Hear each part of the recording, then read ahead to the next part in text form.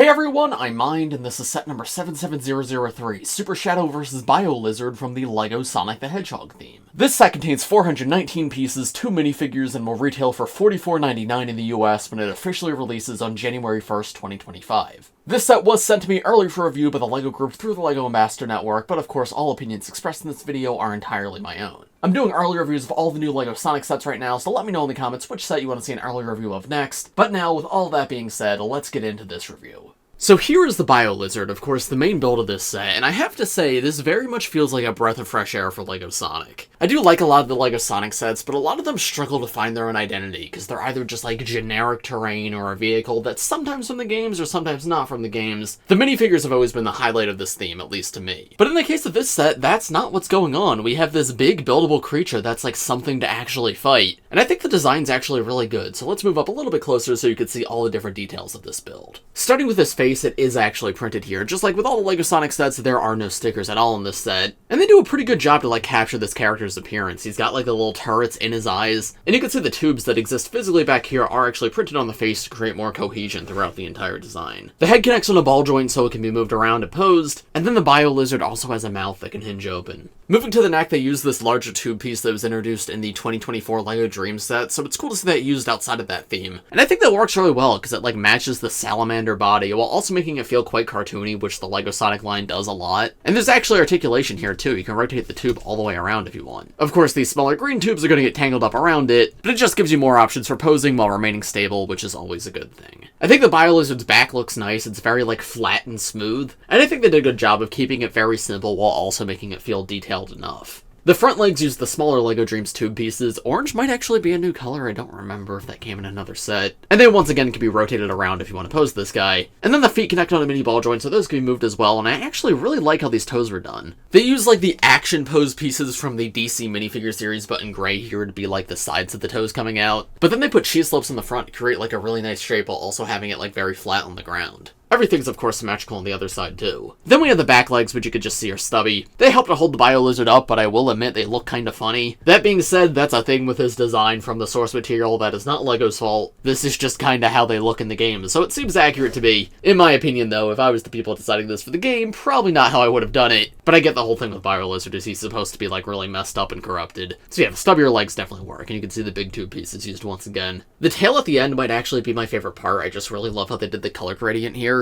They have a little bit of burnt orange like covering up that ball joint to restrict the movement a little bit while still having like plenty. And then you can see the tail's built in 3 different segments, so the second section also has those, and then the last section is just on a mini ball joint with nothing else around it. Little lime green streak right here to tie in with all the lime green throughout the rest of the build, and then this tail in the very end. The part's been around for a while, but this color also actually is not new. I believe the only other set this exact color combination has come in is Biolizard, so it's actually really nice to get that in another set, because obviously yeah, that one's very expensive, and I think you only get 2 of it in that set. And this was a very creative reuse, a good way to use that part without having to recolor it. Anyway, moving back to the front, I really like the use of these rubber tube pieces here. These came in tons of sets when I was a kid, but you don't see them nearly as often anymore. So it's nice to see they're still in production, and again, I think this might be a new color for the part. But it just makes the build feel a lot more alive and dynamic, because they actually like move with the head as you're moving it, while still creating this really nice shape. And then we have the Biolizard's like life support system on his back, which also doubles as a turret because it has 2 stud shooters here. You of course can push down on these and studs will shoot out. Actually, trans pink studs in this set, which is a little surprising. I would have expected it to be like trans green, but it definitely works. And then here we have the play feature with the set too. So you can see there's these 3 teeth pieces here. They're also on the other side, and if you hit them like real hard, that'll pop out. With it removed here, you can see the full system, and underneath you can see there's actually a Chaos Emerald inside. These of course come in lots of LEGO Sonic sets, but it feels like in this wave especially, they're like hidden in each set. Nothing special, they are just like the standard LEGO gem pieces that have been around for ages. But cool to collect, and still gives you like something more to play with if you only have this set. And here's a look at the functionality inside. So when you push down on the teeth pieces, this Technic piece inside will move up, and that's what pushes this off of this one stud back here that's connected to and causes it to fly out. And yeah, you can do that with either side. If you push down the ones on the other side, that'll pop up. Now I demonstrated how you could just do that with your hand, however, that's not exactly the intended way of how to do that in this set, because of course this is a LEGO Sonic set, and just like most LEGO Sonic sets, it comes with a Speed Sphere launcher. Now while the colors may differ, the build of this is exactly the same as the very first wave of LEGO Sonic sets. If you've never seen how it works, you basically slam down on this right here, and it causes this thing, a Speed Sphere, which can hold a minifigure inside, to launch like really fast. And this is to simulate Sonic or Shadow or anybody else like running really fast. So let me quickly demonstrate without a target. Yeah, I hit that real hard that time. If you go a little softer, though, it might go a little bit better. There you go. So now let's see if I can trigger the Biolizard play feature with the speed sphere. Yeah, I got it. It did pop off. It didn't, like, fly out like it did previously, but it did dislodge it loose. Let's try that again.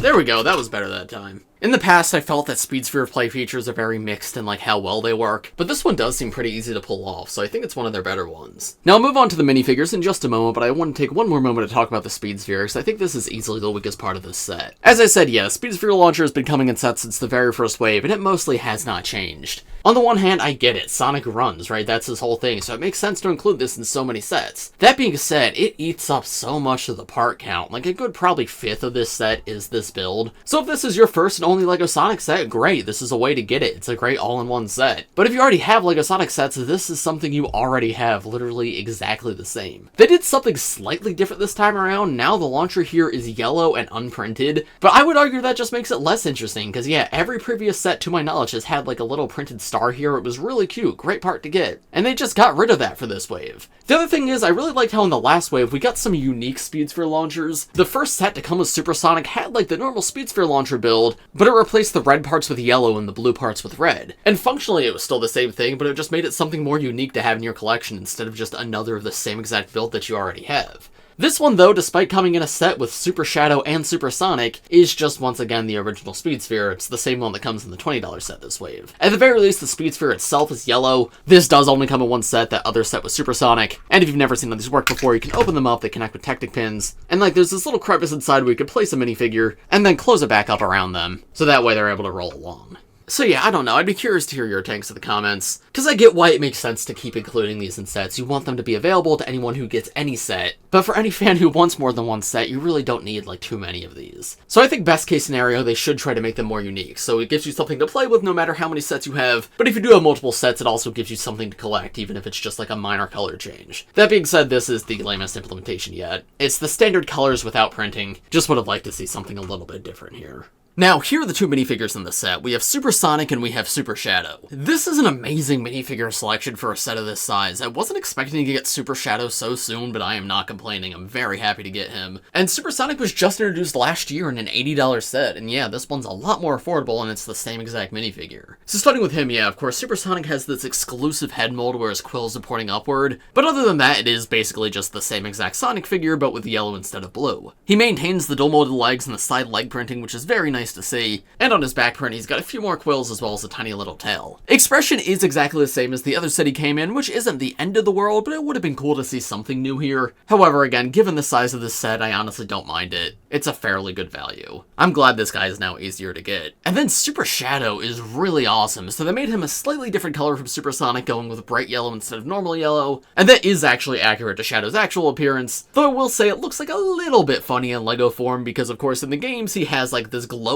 aura around him when he's Super Shadow. Obviously here he's just like a solid plastic. So I look at him and kinda see the Easter Bunny a little bit, but if you could suspend your disbelief even the slightest bit, yeah, this guy looks really cool. Now my favorite thing about this figure is the fact that they didn't compromise on any detail at all. He still has arm printing just like the normal Shadow minifigure. Like, they very easily could have left that off here because the rest of the figure is so detailed, but nope, he still keeps like the gold armband and everything. Same thing with the shoes. He's got the dual molded legs, the metallic gold printing. Those look really nice. I'm pretty sure these are literally the exact same prints from his normal figure, just put on bright yellow instead of black. And then his quills do keep the red tips to all of them, which, as I've talked about before with previous Shadow minifigures, is just amazing that LEGO is able to print on all these different surfaces. This is why the normal Shadow minifigure was like one of my favorite minifigures of last year, because they did him just so perfectly. And I'm really glad to say they didn't compromise on anything here. He's got like this intense scowling expression, which again I believe is the same as the one in the Super Sonic vs. Egg Drillster set. Obviously that was normal Shadow, not Super Shadow, but it does not seem like they changed that design. And it's really cute that they kept his little red eyeshadow here. Obviously in terms of design, Sonic figures are on the simpler side of things, so I don't have a ton more to say. But yeah, these two are really good, and again, especially for the size of this set, incredibly happy to get them both here. And so, overall, what are my thoughts on this set? This set is fantastic. I think this is my favorite LEGO Sonic the Hedgehog set yet. Because again, while I love the LEGO Sonic line, I feel like a lot of the sets have a little bit of bloat at the very least. Whether that's the Speed Sphere launcher, or unnecessary side builds, or it's just like a really high price for something that isn't worth that much. This though, this feels more worth it. This feels like what LEGO Sonic should have been from the beginning. My biggest issue with this set is that the Speed Sphere launcher does just take up parts and isn't that interesting, but I also understand why it's here. I just wish they didn't get rid of the printed part. But yeah, that's a very, very, very minor criticism.